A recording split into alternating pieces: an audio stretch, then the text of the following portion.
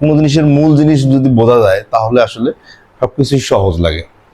তো একবার এক শিক্ষক ছাত্রদের পড়াচ্ছিলেন, পাখি সব করে রব রাতি পোহালো, কাননে কুসুম ফুল সকলই ফুটিল। তো বললো মূল জিনিস বোঝার জন্য যে এটা তোমরা মূল জিনিসটা পড়ে আসবে, আকার রসিকার দীর্ঘিকার রসুকার এইসব ছাড়া পড়ে আসো। পরের দিন ছাত্ররা পড়ে আসলো যথারীতি, পক সব পর রব রথ পহল কনন কসম ফল সকল ফটল।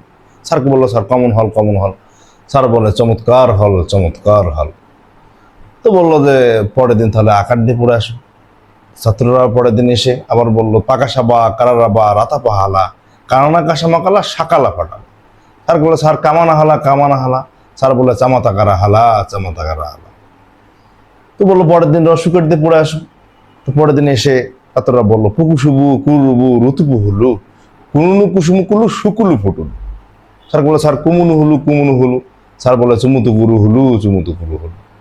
তো তারপরের দিন শিক্ষক বললো যে তোমরা রসিকের দিয়ে পড়ে আসো, পিকিসিবি কিরিবি রীতি পিহিলি কিরিনি কিসিমি কিরি শিকিলি পিটি।